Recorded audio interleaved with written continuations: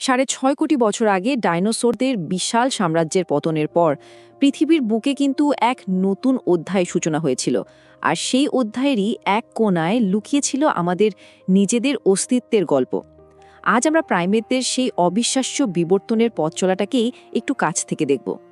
ডাইনোসরদের যুগের অবসানের পর পৃথিবীটা যেন এক নতুন রূপ নিল। শিকারীর সংকট অনেক কমে গেল, আর নতুন নতুন বাস্তুতন্ত্র তৈরি হওয়ায় স্তন্যপায়ী প্রাণীদের জন্য একটা বিশাল সুযোগের দরজা খুলে গেল। আর ঠিক এই সময়েই এই নতুন পৃথিবীতেই আবির্ভাব ঘটল আমাদের পূর্বপুরুষদের, মানে প্রথম প্রাইমেটদের। ভাবা হয় ওরা ছিল গাছের ডালে থাকা ছোট নিশাচর প্রাণী, যারা পোকামাকড় শিকার করে খেত।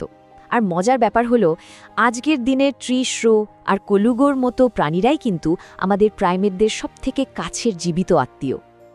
তো প্রথম প্রাইমেটদের মধ্যে ঠিক কোন বৈশিষ্ট্যগুলো গড়ে উঠেছিল, আর তার পেছনের কারণগুলোই বাকি ছিল?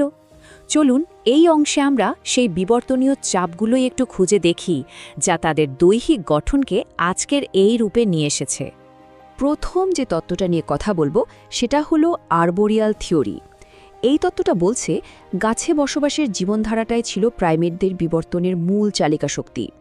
ভাবুন তো, গাছের এক ডাল থেকে আরেক ডালে লাফিয়ে বেড়াতে গেলে ধারালো নখের চেয়ে আঁকড়ে ধরার মতো হাত আর পা অনেক বেশি কাজের। এই তত্ত্বটা খুব সুন্দরভাবে ব্যাখ্যা করে কিভাবে এই বৃক্ষবাসী জীবন প্রাইমেটদের মধ্যে এমন সব বৈশিষ্ট্য তৈরি করতে সাহায্য করেছিল। এবার আসা যাক আরেকটা ইন্টারেস্টিং থিওরিতে, যেটার নাম ভিজুয়াল প্রিডেশন থিওরি।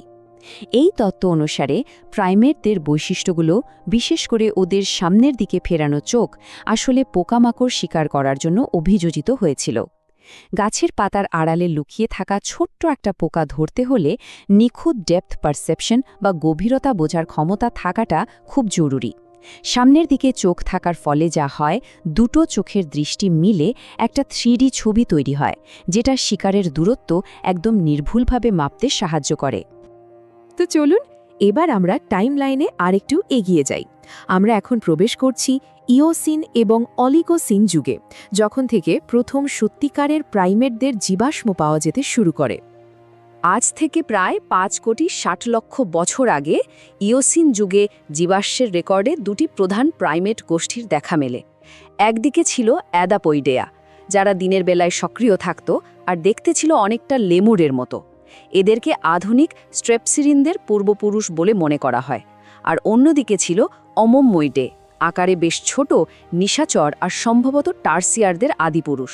এরপর প্রায় 3,40,00,000 বছর আগে অলিগোসিন যুগে অ্যানথ্রোপয়েডদের সংখ্যা অনেক বেড়ে যায়, যা বিবর্তনের ইতিহাসে একটা নতুন মোড় নিয়ে আসে। ওই যে আমরা অ্যাডাপোয়েডাদের কথা বললাম না, ওদের বংশধররাই হলো আজকের দিনের স্ট্রেপসিরাইন প্রাইমেটরা। এই বৈচিত্র্যময় গোষ্ঠীর মধ্যেই রয়েছে মাদাগাস্কারের লেমুর, দক্ষিণ পূর্ব এশিয়ার লরিস এবং আফ্রিকার পোটো ও বুশবেবির মতো প্রাণীরা। প্রাইমেট বিবর্তনের পরের যে খুব গুরুত্বপূর্ণ ধাপ, সেটা হলো অ্যানথ্রোপয়েডদের আবির্ভাব। এই গোষ্ঠীর মধ্যে কিন্তু রয়েছে বানর, এপ এবং মানুষ, মানে আমাদের নিজেদের বংশধারা। অ্যানথ্রোপয়েডদের বিবর্তন বুঝতে গেলে মিশরের এই ফাইয়ুম বেডস নামের জীবাশ্ম ক্ষেত্রটার কথা বলতেই হবে। অলিগোসিন যুগের এই জায়গাটা হল আদিম বানর আর এপদের জীবাশ্মের এক বিশাল ভাণ্ডার, যা আমাদের সেই সময়ের প্রাইমেট জগৎ সম্পর্কে অসাধারণ সব তথ্য দিয়েছে। এই সময়ে অ্যানথ্রোপয়েডদের বংশলতিকা বিভিন্ন শাখায় ভাগ হতে শুরু করে। এশিয়ায় ইওসিমিয়াসের মতো ছোট আকারের আদিম অ্যানথ্রোপয়েডদের আবির্ভাব ঘটে, আর ওরা ধীরে ধীরে আফ্রিকা আর এশিয়া জুড়ে ছড়িয়ে পড়ে। এরপরই একটা বড় বিভাজন ঘটে। একদিকে প্ল্যাটিরিনি বা নিউ ওয়ার্ল্ড মাঙ্কি, যাদের নাকের ছিদ্র ছিল সামনের দিকে ফেরানো, আর অন্যদিকে ক্যাটারিনি, যাদের নাকের ছিদ্র নিচের দিকে ফেরানো। আর এই ক্যাটারিনি বংশধারাতেই রয়েছে ওল্ড ওয়ার্ল্ড মাঙ্কি, এপ এবং আমরা, অর্থাৎ মানুষ।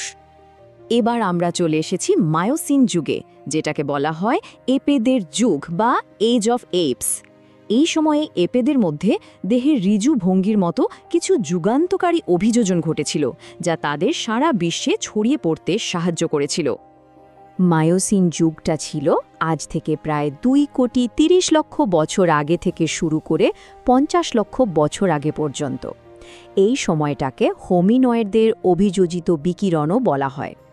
এর মানে হলো এই সময়ে এপেদদের বিভিন্ন প্রজাতি দারুণভাবে সফল হয়েছিল আর নানা রকম পরিবেশে নিজেদেরকে মানিয়ে নিয়েছিল। এই স্লাইডটা কিন্তু খুব গুরুত্বপূর্ণ, কারণ এটা বানর আর এপদের দৈহিক গঠনের মূল পার্থক্যগুলো তুলে ধরে। বানরের মতো চতুষ্পদী প্রাণীদের বক্ষ ছিল লম্বাটে, কিন্তু এপদের মধ্যে বিকশিত হয় দেহের ঋজু ভঙ্গি। ওদের বুকের খাঁচা হয়ে যায় খর্ব, অগভীর এবং প্রশস্ত। এই পরিবর্তনের ফলে ওদের ভরকেন্দ্র বদলে যায়, আর অগ্র এবং পশ্চাৎপদের গঠনেও বড় পরিবর্তন আসে।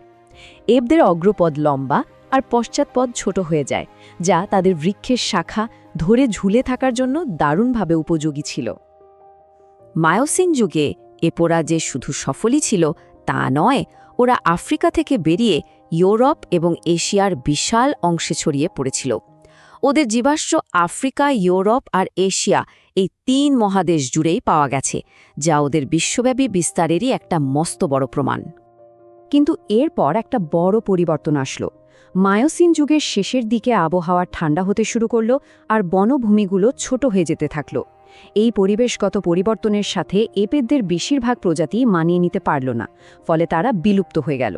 আর এই যে একটা শূন্যস্থান তৈরি হলো, সেটা পূরণ করতে উত্থান ঘটল ওল্ড ওয়ার্ল্ড মাঙ্কিদের, যারা এই নতুন পরিবেশে অনেক বেশি সফল হয়েছিল।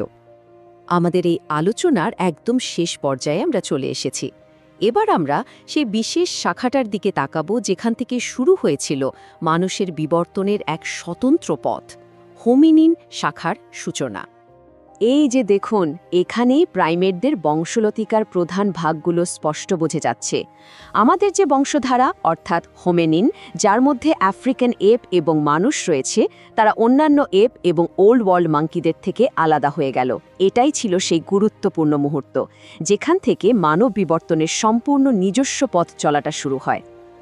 পরবর্তী ভিডিওগুলিতে বিভিন্ন প্রাইমেট প্রজাতির বিবর্তন সম্পর্কে বিস্তারিত আলোচনা করা হবে।